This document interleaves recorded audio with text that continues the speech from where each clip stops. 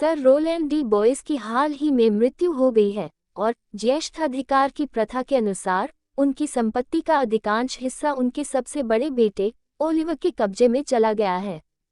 हालांकि sir Rowland ने Oliver को अपने भाई ऑरलैंडो की अच्छी देखभाल करने का निर्देश दिया है, लेकिन ओलिवर ने ऐसा करने से इनकार कर दिया। शुद्ध द्वेष के कारण उसने ऑरलैंडो को एक सज्जन व्यक्ति के लायक शिक्षा, प्रशिक्षण और संपत्ति से वंचित कर दिया। चार्ल्स, ड्यूक फ्रेडरिक के दरबार का एक पहलवान, ओलिवर को एक अफवाह के बारे में चेतावनी देने के लिए आता है कि ऑरलैंडो अगले दिन चार्ल्स को लड़ाई के लिए चुनौती देगा। अगर वह एक रईस व्यक्ति को हरा देगा तो निंदा के डर से चार्ल्स ओलिवर से हस्तक्षेप करने के लिए विनती करता है, लेकिन ओलिवर पहलवान को आश्वस्त करता है कि ऑरलैंडो एक बेईमान खिलाड़ी है जो जीतने के लिए हर संभव उपाय करेगा।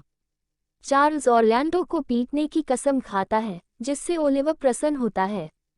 ड्यूक सीनियर को उसके भाई ड्यूक फ्रेडरिक ने उसके सिंहासन पर कब्जा कर लिया है और वह ऑडेन के जंगल में भाग गया है, जहां वह वफादार अनुयायियों के एक समूह के साथ रॉबिन हुड की तरह रहता है।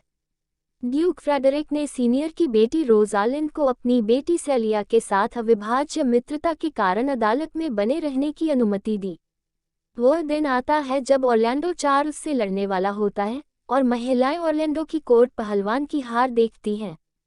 ऑरलैंडो और रोजालिंड तुरंत एक दूसरे के प्यार में पड़ जाते हैं, हालांकि रोजालिंड इस तथ्य को सेलिया के अलावा सभी से गुप्त रखता है।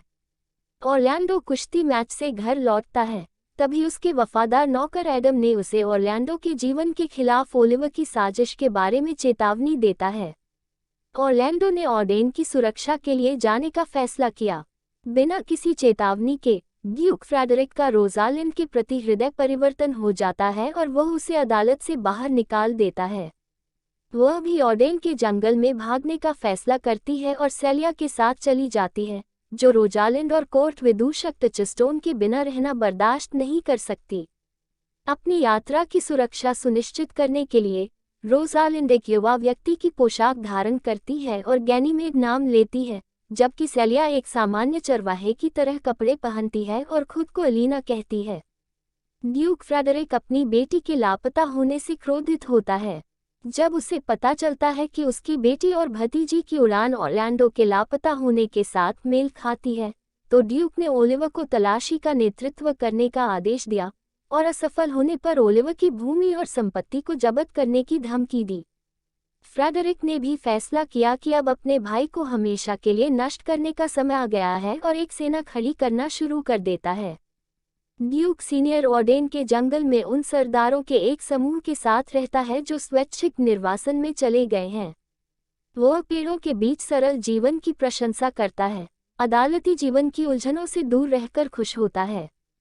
ऑरलैंडो यात्रा से थक गया है और अपने भूखे साथी एडम के लिए भोजन खोजने के लिए बेताब है। ड्यूक के शिविर में घुस जाता है और बेरहमी से मांग करता है कि वे तब तक खाना न खाएं जब तक कि उसे खाना न दिया जाए। ड्यूक सीनियर ने ऑरलैंडो को शांत किया और जब उसे पता चला कि वह युवक उसके प्रिय पूर्व मित्र का बेटा है, तो उसने उसे अपनी कंपनी में स्वीकार कर लिया। इस बीच रोजालिंड और सेलिया गैनीमेड और एलिना के वेश में जंगल में पहुंचते हैं और सिल्वियस नाम के एक प्रेमी युवा चरवाहे से मिलते हैं, जो तिरस्कारपूर्ण फोएबे की तलाश में रहता है।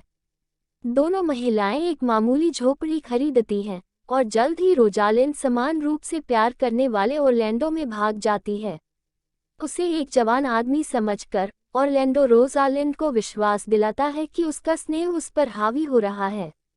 गैनीमेड के रूप में रोजालिंड ऐसी भावनाओं को दूर करने में विशेषज्ञ होने का दावा करता है और ऑरलैंडो को प्रेम की बीमारी से ठीक करने का वादा करता है यदि वह ये दिखावा करने के लिए सहमत हो जाता है कि गैनीमेड रोजालिंड है और हर दिन उसे लुभाने का वादा करता है।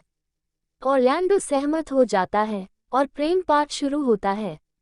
इस बीच फीबी सिल्वियस को अस्वीकार करने में और अधिक क्रूर हो जाती है। जब गैनीमेड के भेष में रोजालिंड हस्तक्षेप करता है, तो फोएबे को गैनीमेड से निराशाजनक रूप से प्यार हो जाता है। एक दिन ऑरलैंडो गैनीमेड के साथ अपने ट्यूटोरियल में उपस्थित होने में विफल रहता है। रोजालिंड ऑरलैंडो के प्रति अपने आकर्षण पर प्रतिक्रिया करते हुए ओलिवर के प्रकट होने तक व्याकुल रहती है। ओलिवर वर्णन करता है कि कैसे ऑरलैंडो ने जंगल में उस पर ठोकर खाए और उसे एक भूखी शेरनी द्वारा खाए जाने से बचाया। ओलिवर और सेलिया, जो अभी भी चरवाहे अलीना के वेश में हैं, तुरंत प्यार में पड़ जाते हैं और शादी करने के लिए सहमत हो जाते हैं। जैसे जैसे समय बीतता है, फोइबे गैनीमेड की खोज में तेजी से जिद करने लगती है और ऑरलैंडो ये दिखावा करते करते थक जाता है कि एक लड़का उसका प्रिय रोजालिंड है। रोजालिंड ने इस नाटक को समाप्त करने का निर्णय लिया। वह वादा करती है कि अगर गैनीमेड कभी किसी महिला से शादी करेगा तो गैनीमेड फोइबे से शादी करेगा और वह सभी को अगले दिन शादी में मिलने का वचन देती है। वे सभी सहमत हैं। शादी का दिन आता है और रोजालिंड विभिन्न जोड़ों को इकट्ठा करता है।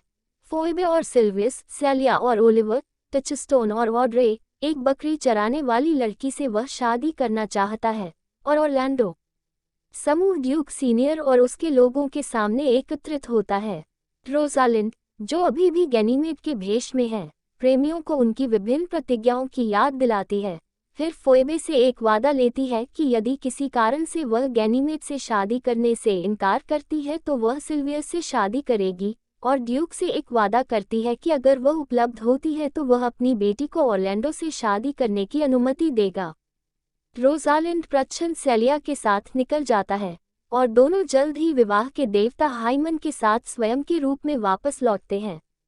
हाइमन समारोह में भाग लेता है और रोजलिंड और ऑरलैंडो, सेलिया और ओलिवर, फोइबे और सिल्वियस और ऑड्रे और टचस्टोन से शादी करता है। उत्सवपूर्ण विवाह उत्सव और भी अधिक उत्सवपूर्ण समाचारों से बाधित होता है। ड्यूक सीनियर पर हमला करने के लिए अपनी सेना के साथ मार्च करते समय ड्यूक फ्रेडरिक की मुलाकात एक पवित्र व्यक्ति से हुई जिसने उसे अपनी सांसारिक चिंताओं को दूर करने और एक मठवासी जीवन अपनाने के लिए मना लिया।